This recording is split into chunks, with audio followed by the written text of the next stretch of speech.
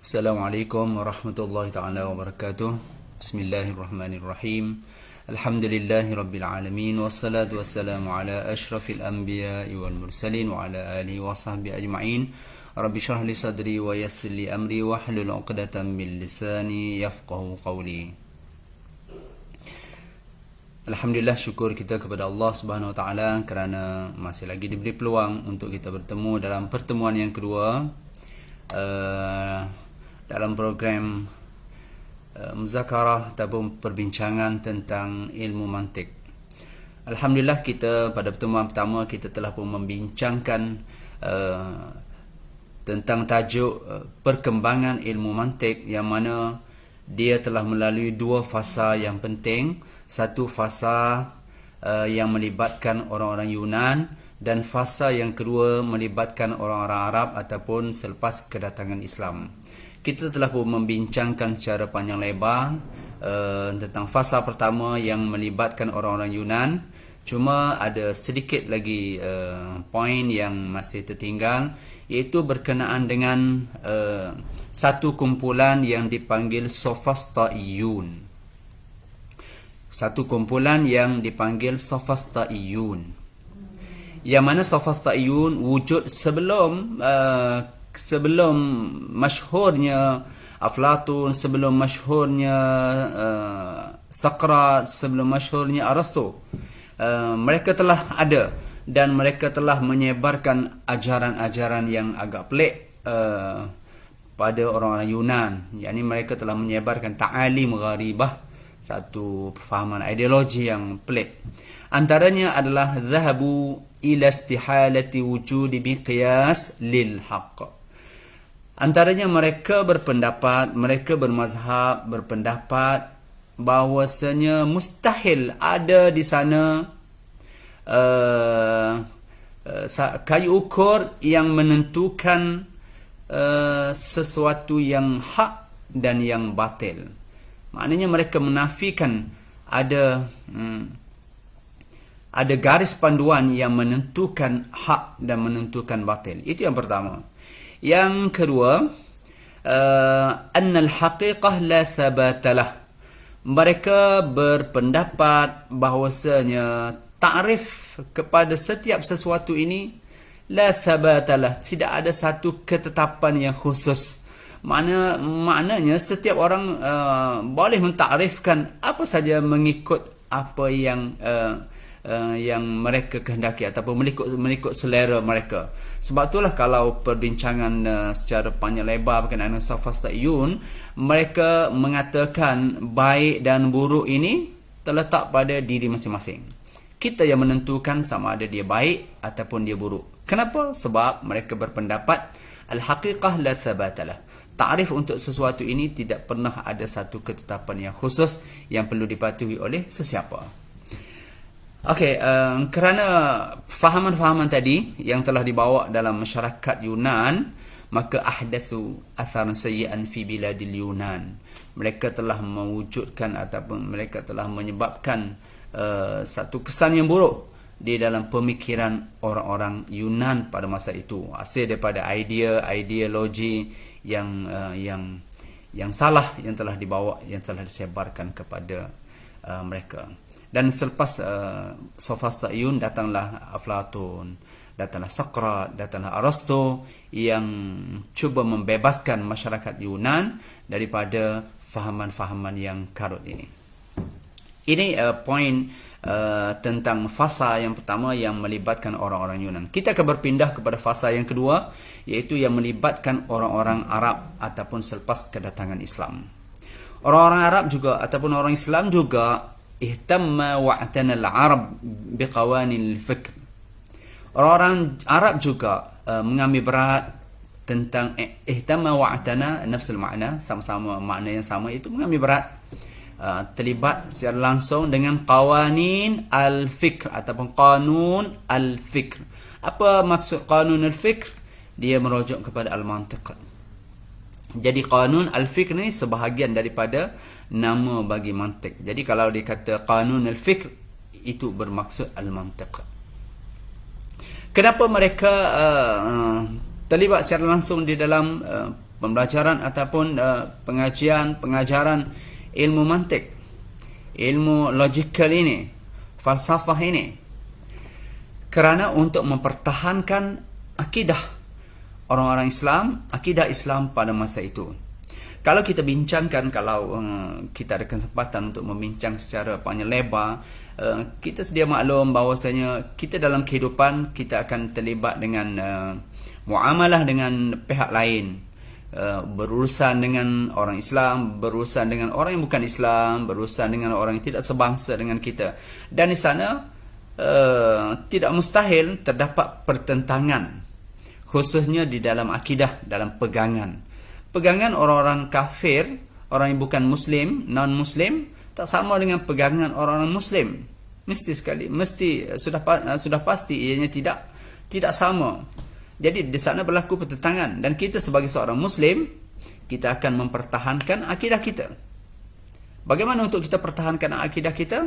Kita tidak mampu menggunakan ayat Al-Quran, hadis dan sebagainya. Sebaliknya kita menggunakan akal, logikal untuk mempertahankan akidah kita.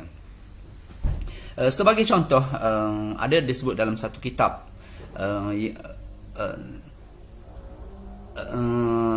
namanya Dahri. Dahri ini seorang yang cuba menyesatkan ataupun cuba merosakkan akidah orang-orang Muslim pada zaman tersebut.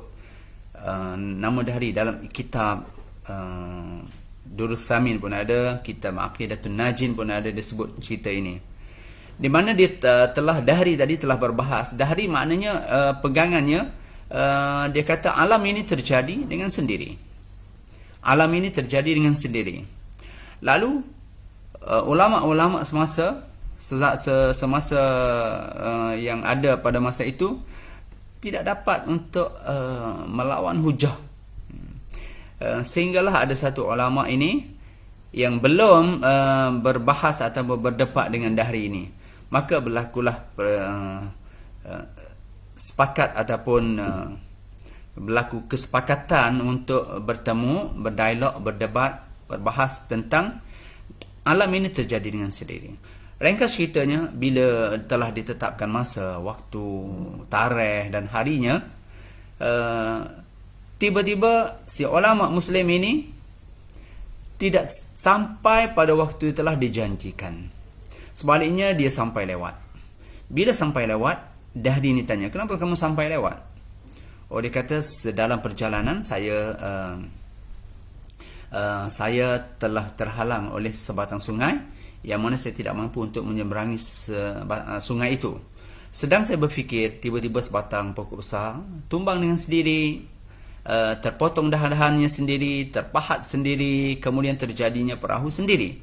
Dan dengan perahu yang terjadi sendiri itulah saya menyeberangi sungai tersebut. Kata Dahri, awak pembohong, awak seorang pembohong. Mana mungkin perahu terjadi dengan sendiri? Maka oleh kerana dia menafikan apa yang disebut oleh ulama ini, maka ulama ini kata, kalau perahu yang kecil ini kamu tak dapat terima ianya terjadi dengan sendiri, jadi bagaimana kamu bisa ataupun mampu menerima bahawasanya alam ini adalah terjadi dengan sendiri. Itu contoh kenapa orang Muslim ataupun orang Arab pada masa itu terlibat dengan pengajian dan pembelajaran ilmu mantik secara khusus. Bila ianya berlaku fil asril awal Abbasi, pada zaman awal-awal pemerintahan Abbasiyah. Pada zaman inilah dikenali dengan zaman yang kegemilangan ilmu, di mana pada zaman ini ramai cendekiawan Islam, ulama-ulama Islam yang telah bertungkus lumus untuk menterjemah ilmu-ilmu yang ada dalam bangsa ataupun bahasa asing ke dalam bahasa Arab, dan untuk menyusun kitab-kitab yang berguna yang ada pada masyarakat yang lain, diterjemahkan dalam bahasa Arab, disusun dan digunakan untuk orang Islam pada masa itu. Sebab itulah zaman tersebut dikenali juga dengan zaman at-terjemah. Zaman at-terjemah maknanya zaman penterjemahan, daripada bahasa-bahasa asing ke dalam bahasa Arab. Baik, bila menyentuh tentang orang-orang Arab yang terlibat dengan pembelajaran ilmu mantik, pengajian ilmu mantik, penyusunan ilmu mantik dan penterjemahan ilmu mantik, di sana ada beberapa individu yang masyhur yang telah disebutkan di dalam kitab. Pertamanya Ibnul Muqaffa', yang keduanya Al-Imam Razi, yang ketiga Al-Farabi, yang keempat Ibn Sina, dan yang terakhir adalah Al-Imam Al-Ghazali. Ini beberapa individu yang telah memberi saham yang besar di dalam perkembangan ilmu mantik, khususnya pada zaman selepas kedatangan Islam, iaitu pada masa inilah, di mana usaha-usaha yang telah dilakukan itu menyebabkan seorang daripada individu yang sebut tadi telah dikenali dengan Al-Muallim Al-Thani, iaitu Al-Farabi. Luqiba Al-Farabi bil-Muallim Al-Thani. Al-Farabi telah digelar dengan Muallim Al-Thani. Kalau zaman orang Yunan, Muallim Al-Awwal, guru pertama dalam mantik adalah Aristo, maka pada zaman Islam, yang hebat dalam ilmu mantik yang telah melakukan beberapa perubahan yang penting adalah Al-Farabi, di mana oleh kerana itu dia telah digelar ataupun telah dikenali dengan Al-Muallim Al-Thani, iaitu guru yang kedua di dalam ilmu mantik. Baik, kita akan berpindah ke tajuk yang lain. Kita telah selesai berkenaan dengan nasya'ah ilmu mantik, iaitu perkembangan ilmu mantik secara ringkas. Kita akan berpindah kepada tajuk mabadi' ilmu mantik, iaitu mabda' ilmu mantik, prinsip-prinsip ilmu mantik. Bila menyentuh berkenaan dengan mabadi', sebenarnya setiap ilmu mempunyai mabda' tersendiri. Setiap ilmu akan ada 10 mabda' dan huraiannya berbeza dengan ilmu-ilmu yang lain. Sebab itulah kalau kita pernah dengar syair Arab kata likulli fannin mabadi' asyarah. Untuk setiap ilmu ini akan ada 10 mabda', akan ada 10 mabda', 10 prinsip yang perlu diketahui oleh sesiapa saja yang ingin mempelajari ataupun terlibat dengan proses pembelajaran ilmu tersebut. Jadi menyentuh berkenaan dengan ilmu mantik, di sana kita akan membincangkan mabda' atau prinsip ilmu mantik. Dan yang terpenting sekali adalah ta'rif. Untuk kita belajar sesuatu ilmu, tentu sekali kita perlu mengetahui apakah ilmu yang akan kita pelajari itu, iaitu ta'rif. Ilmu mantik adalah qanun ta'simu mura'atuhu adh-dhihna 'anil khata'i fil fikri. Ilmu mantik adalah satu qanun, satu undang-undang, satu peraturan yang mana kalau kita guna peraturan itu dengan baik, ta'simu mura'atuhu, kita gunakan dengan baik, kita jaga betul-betul peraturan itu, maka dia akan menjaga zihin kita, akal kita daripada tersalah fil fikri ketika kita berfikir. Maknanya ilmu mantik ini adalah satu peraturan yang khusus, peraturan berfikir. Daripada berfikir itu kita melontarkan percakapan. Maksudnya apabila kita berfikir dengan cara yang betul, maka kita pun akan mengucapkan sesuatu yang betul. Jadi sebab itulah disebut di sini ilmu mantik adalah satu qanun, yang mana qanun tadi, penjagaan qanun tadi, peraturan tadi akan menyebabkan terjaganya zihin kita ataupun akal kita daripada tersalah ketika berfikir. Itu ta'rif. Maudhu', fokus pembelajaran ilmu mantik adalah ada dua. Sebab itulah buku kita ada dua buah buku. Satunya Al-Ma'lumat At-Tasawwuriyah, iaitu buku pertama, dan yang kedua Al-Ma'lumat At-Tasdiqiyah, iaitu buku yang kedua.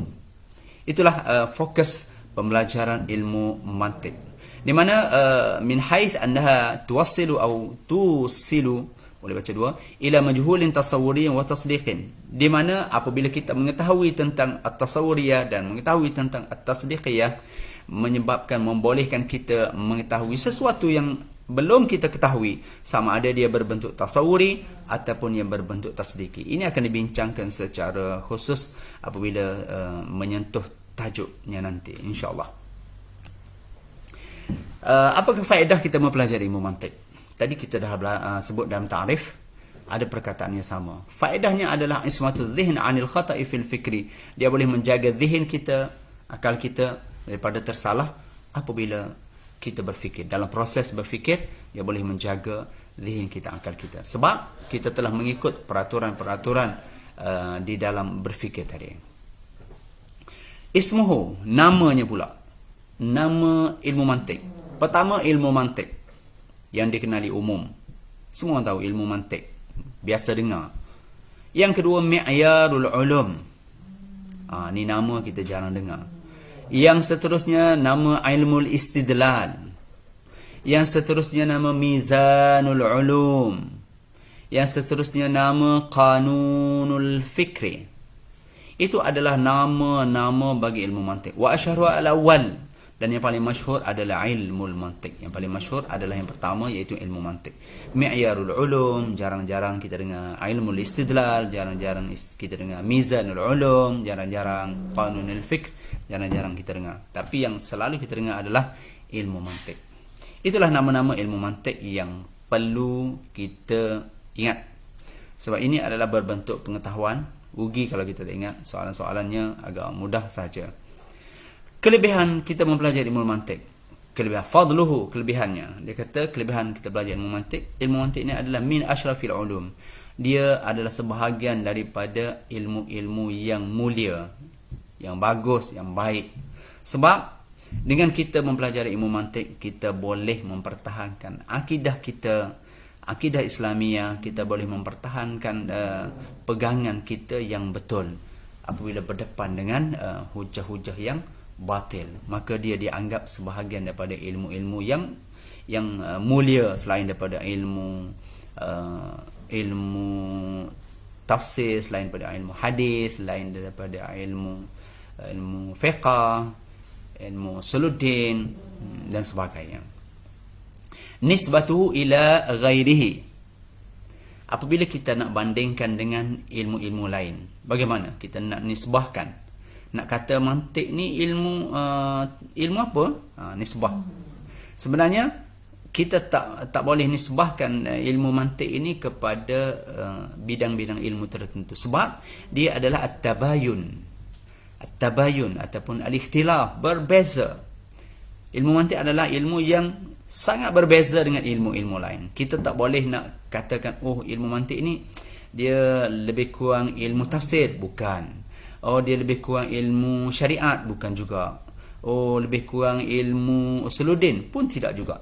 Sebab ilmu mantik adalah ilmu khusus yang berkait dengan pemikiran ataupun logik akal. Dia sangat berbeza dengan ilmu yang lain. Wadi'hu, siapakah wadi' ataupun pelopor, pengasas ilmu mantik? Jadi pada zaman Yunan, pengasas ilmu mantik adalah Aristo. Aristo lah pengasas ilmu mantik yang dianggap pengasas bagi ilmu mantik. Daripada sanalah dipelajarinya mantik sehinggalah zaman kedatangan Islam. Walaupun Al-Farabi tadi dianggap Al-Muallimut Tsani, tapi pengasas ilmu mantik tetap kekal diletakkan ataupun dikhususkan untuk Aristo. Istimdaduhu, di mana tempat kita ambil ilmu mantik ni? Di mana tempat sumber ilmu mantik? Dia minal aqli, daripada akal. Ilmu mantik adalah satu ilmu yang tempat ambilnya, sumbernya adalah daripada akal, bukan daripada Al-Quran, bukan daripada hadis, bukan, semuanya bukan. Dia khusus berkaitan dengan akal. Sebab itulah dia dipanggil ilmu logikal. Masailuhu, masalah-masalah yang ada dalam ilmu mantik ada dua. Satunya membincangkan al-mu'arrifat wa anwa'uh, ta'rif dan jenis-jenisnya, iaitu pada buku yang pertama. Dan buku yang kedua membincangkan tentang al-qadaya wa ahkamuha, tentang ayat-ayat dan hukum-hukumnya, ataupun dipanggil qadiyah, yang akan kita bincangkan nanti. Inilah masalah-masalah yang dibincangkan di dalam ilmu mantik. Jadi kalau kita mempelajari ataupun memahami al-mu'arifat wa anwa'uha, mudahlah untuk kita memahami al-qadaya wa ahkamuha. Menyentuh berkenaan dengan hukum mempelajari ilmu mantik. Hukmul ishtighal bih, hukum belajar ilmu mantik. Hukum, ulama tidak sependapat, di mana ada tiga pendapat ulama tentang hukum mempelajari ilmu mantik.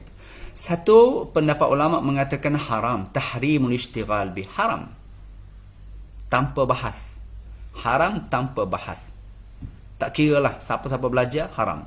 Iaitu pendapat ataupun qaul Abi Umar bin As-Salah wa Muhyiddin An-Nawawi. Dua individu ini mengatakan haram mempelajari ilmu mantik tanpa bahas. Yang kedua, harus.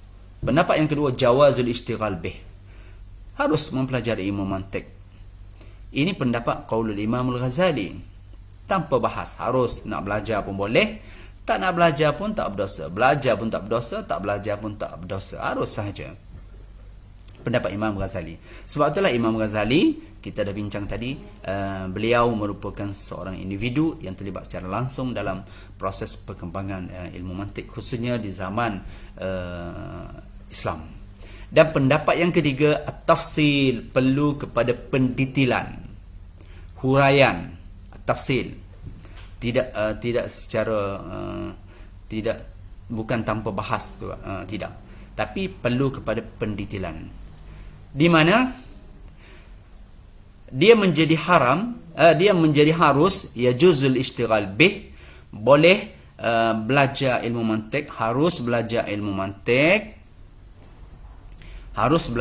mantik apabila seseorang itu qawiyul fatanah, yang mempunyai akal yang bagus, pemikiran yang bagus. Al-mushtaghil bil kitab was sunnah, yang terlibat secara langsung dengan pembelajaran kitab, pembelajaran hadis. Al-mumayyiz bainas sahih wal fasid min al-aqwal, yang mampu membezakan antara pendapat-pendapat yang betul dan pendapat-pendapat yang karut, yang salah. Sekiranya individu itu ada ciri-ciri ini, maka harus bagi mereka untuk mempelajari ilmu mantik. Ini pendetilannya. Dan dia haram ataupun menjadi haram belajar ilmu mantik sekiranya wa yahrumu ala ghairih, haram ke atas individu yang tidak mempunyai ciri-ciri yang kita bincangkan tadi, iaitu qawil fatana, al-mushtaghil bil kitab was sunnah, al-mumayyiz baina as-sahih wal fasid min al-aqwal. Sekiranya dia tidak mempunyai ciri-ciri ini, maka ketika itu yahram alaihi ataupun ala ghairi, selain daripada itu haram. Ini siapa yang mengatakan begini? Qaulu ba'dul ulama, sebahagian daripada ulama mengatakan begitu. Jadi Abi Umar bin Salah, Muhyiddin An-Nawawi kata haram, Imam Ghazali kata harus tanpa bahas, dan kebanyakan ulama, ada sebahagian ulama yang lain mengatakan kita tak boleh mengatakan haram, kita tak boleh mengatakan harus, sebaliknya kita perlu kepada pendetilan. Haram kepada individu tertentu dan harus kepada individu tertentu. Itulah pendapat ulama-ulama. Sebab itulah kita mempelajari ilmu mantik, kerana kita berpendapat dengan pendapat Imam Al-Ghazali, iaitu harus, tidak berdosa, tidak haram kita mempelajari ilmu mantik. Alhamdulillah kita sudah pun sampai ke akhir untuk tajuk